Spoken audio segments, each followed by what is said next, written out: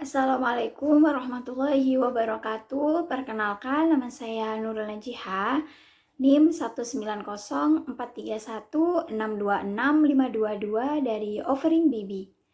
Di sini saya akan menjelaskan tentang pengujian hipotesa sampel kecil.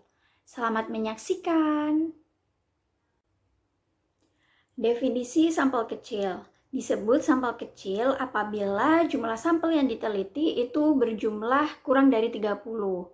Jadi batasnya itu 30. Nah, kalau lebih dari 30, maka kita akan menggunakan pengujian hipotesa sampel besar yang sudah kita bahas pada pertemuan sebelumnya. Nah, kalau kurang dari 30 itu sampel kecil. Kalau lebih dari 30, maka sampel yang besar. Mengapa sih kok dibedakan? Nah, dikarenakan sampel kurang dari 30 ini memiliki standar deviasi yang dilambangkan dengan S kecil yang berfluktuatif yang relatif besar. Efeknya apa? Yakni nilai Z akan menjadi tidak bersifat normal.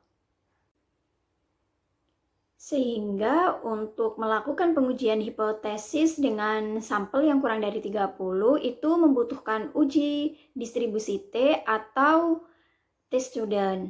Dan untuk rumusnya ini sudah ada. Di sini juga sudah terlihat bahwa rumus T-student ini sebenarnya sama dengan rumus untuk mencari nilai Z pada pengujian hipotesis sampel besar.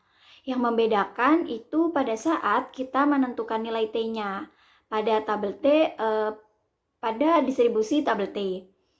Yang perlu diperhatikan dalam menentukan nilai T-student itu ada dua. Yang pertama, yakni nilai derajat bebas DF sama dengan N dikurangi 1. Dan yang kedua, dalam penentuan arah terdapat perbedaan dalam melihat tabel T-student. Nah, langkah yang digunakan dalam pengujian hipotesis sampel kecil ini juga sama dengan pengujian hipotesis sampel besar. Selanjutnya, ada ciri-ciri distribusi T-student. Yang pertama merupakan distribusi kontinu, di mana nilainya dapat menempati semua titik pengamatan. Nah, yang kedua, berbentuk genta atau lonceng dan simetris rata-rata sama dengan 0. Dan yang terakhir, bukan merupakan satu kurva seperti kurva Z, tetapi keluarga dari distribusi T. Setiap distribusi T itu mempunyai rata-rata hitung sama dengan 0. Nah, tetapi dengan standar deviasi yang berbeda, sesuai dengan besarnya sampel. Ada distribusi T untuk sampel berukuran 2 yang berbeda dengan distribusi untuk sampel sebanyak 15,25 dan sebagainya. Nah, apabila sampel semakin besar, maka distribusi T akan mendekati normal, seperti itu. Perbedaan skala Z dan skala T. Nah, di distribusi Z, di sebelah kanan yang berwarna hijau adalah daerah penolakan taraf nyata 5%. Sedangkan daerah yang berwarna putih atau yang di sisi kiri itu adalah daerah yang tidak menolak H0 yang dibatasi garis 1,645 dari skala Z. Nah, sedangkan distribusi 1 di mana di bagian putih adalah daerah yang tidak menolak H0 dan daerah yang berwarna ungu atau di sisi kanan adalah daerah penolakan taraf nyata 5% dengan batasan 2,042.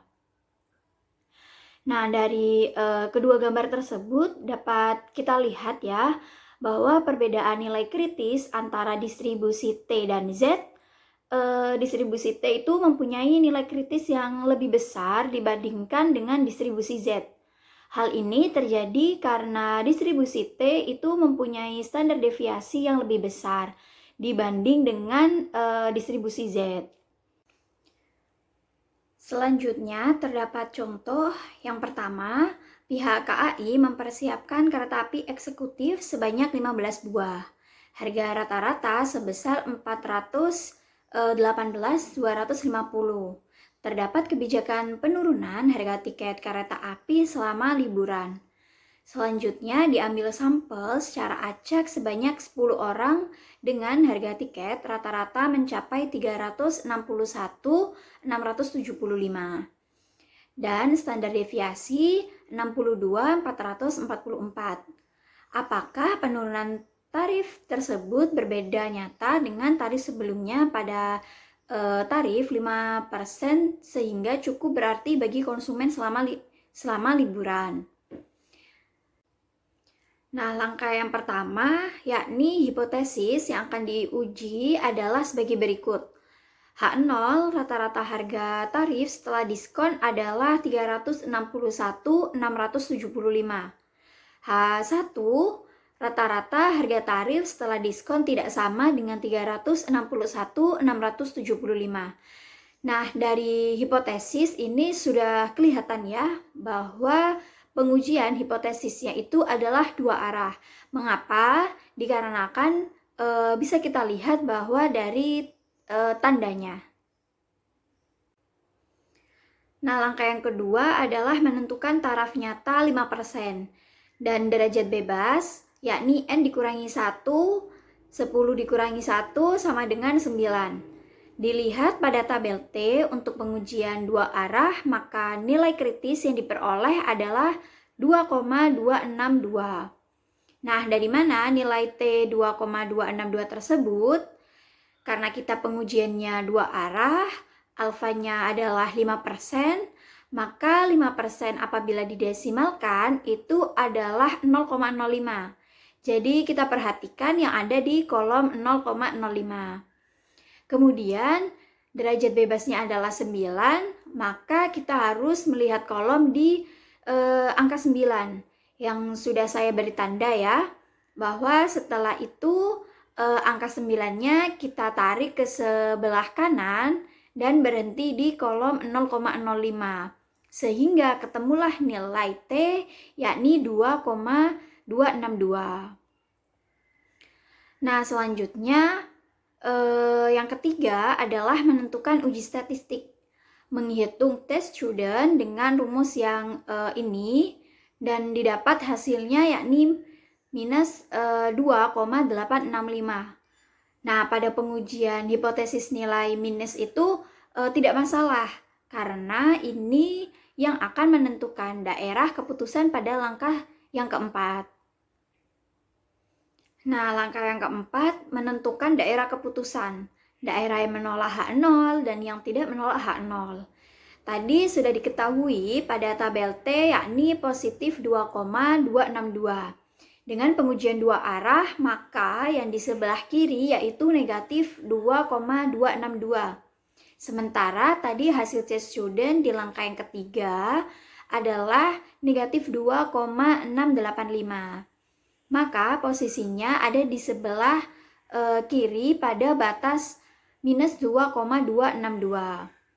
Nah, langkah yang kelima sehingga bisa kita simpulkan pada taraf nyata 5%, nilai uji T terletak di daerah menolak H0.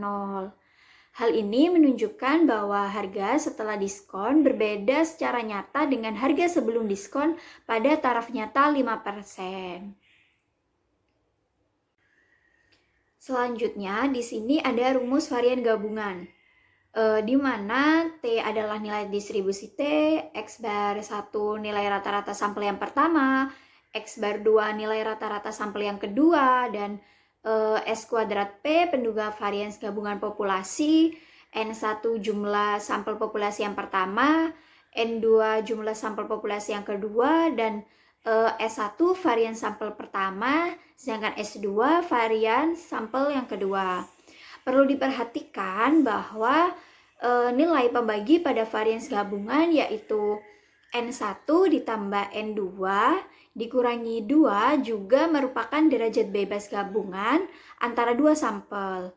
Nah, sedang untuk satu sampel derajat bebasnya adalah N dikurangi 1. Nah, di sini terdapat contoh dari varian gabungan. Masalah bias gender pria dan wanita mengemuka pada saat wacana tentang peningkatan peran wanita terus berkembang. Apakah bias gender ini juga melanda dunia hiburan Indonesia? Majalah Prospektif V25 membahas dunia hiburan dan pendapatan para artis. Hasil wawancara terhadap 16 artis pria menunjukkan rata-rata penghasilan setiap pentas itu sebanyak 35 juta dengan standar deviasi 20 juta. Nah, terhadap 10 artis wanita mempunyai penghasilan rata-rata 53 juta dengan standar deviasi 32 juta dan dengan taraf nyata 5%. Maka uji apakah tidak terjadi bias and gender ini dalam pendapatan antar artis pria dan juga artis wanita. Nah, cara menyelesaikannya yang pertama adalah hipotesis yang akan diuji sebagai berikut. H0, Pi1 sama dengan Pi2. H1, Pi1 tidak sama dengan Pi2. Nah, dari hipotesis ini juga sudah kelihatan bahwa pengujian hipotesisnya itu adalah dua arah. Dan langkah yang kedua menentukan taraf nyata yaitu 5%. DF-nya adalah 16 ditambah 10 dikurangi 2, jadi hasilnya adalah 24, sehingga dilihat pada tabel T untuk pengujian dua arah, maka nilai kritis yang diperoleh adalah 2,064. Seperti pada tabel yang sudah saya beri tanda bahwa hasil yang didapat adalah 2,064. Dan langkah yang ketiga melakukan uji statistik T, di mana S kuadrat P hasilnya adalah 634 dan T sebanyak negatif 1,77. Dan selanjutnya langkah yang keempat adalah menentukan daerah keputusan. Daerah yang menolak H0 dan yang tidak menolak H0. Tadi sudah diketahui pada tabel T yakni positif 2,0664 dengan pengujian dua arah. Maka yang di sebelah kiri yakni negatif 2,064. Sementara tadi hasil C student di langkah yang ketiga adalah minus 1,77. Maka posisinya berada di sebelah kiri batas negatif 2,064. Dan langkah yang terakhir yakni nilai uji T terletak di daerah menolak H0 pada taraf nyata 5%. Ini menunjukkan bahwa terdapat cukup bukti bahwa penghasilan artis pria dan wanita itu tidak sama. Karena tingkat penghasilan tidak sama, maka dapat disimpulkan terjadinya bias gender dengan keberpihakan pada artis wanita. Selanjutnya, uji statistik untuk pengujian hipotesa data berpasangan, di mana T adalah nilai distribusi T, D bar nilai rata-rata perbedaan antara pengamatan berpasangan, dan SD adalah standar deviasi dari perbedaan antara pengamatan berpasangan. N kecil jumlah pengamatan berpasangan, dan D perbedaan antara data berpasangan. Dan di sini terdapat ciri dari distribusi F. Yang pertama, distribusi F itu lebih mirip dengan distribusi T, yaitu mempunyai keluarga distribusi F. Nah, pada gambar di atas terlihat bahwa distribusi dengan derajat bebas pembilang 5 dan penyebut yang ditulis 5,5 mempunyai F yang berbeda dengan distribusi DF yaitu 20,7 dan DF 29,28. Yang kedua, distribusi F tidak pernah mempunyai nilai negatif sebagaimana pada distribusi Z. Distribusi Z mempunyai nilai positif di sisi kanan dan negatif di sisi kiri nilai tengahnya. Distribusi F seluruhnya adalah positif atau menjulur ke positif dan merupakan distribusi kontinu yang menempati seluruh titik di kurva distribusinya. Yang ketiga, nilai distribusi F mempunyai rentang dari tidak terhingga sampai ke 0. Apabila nilai F meningkat, maka distribusi F mendekati sumbu X, namun tidak pernah menyentuh sumbu X tersebut. Dan yang keempat, distribusi F juga memerlukan syarat, yaitu populasi yang diteliti mempunyai distribusi yang normal. Terus yang kedua, populasi mempunyai standar deviasi yang sama. Dan yang terakhir, sampel yang ditarik dari populasi bersifat bebas serta diambil secara acak. Sekian dari penjelasan saya. Apabila ada salah kata, mohon maaf dan terima kasih. Stay safe, stay healthy. Wassalamualaikum warahmatullahi wabarakatuh.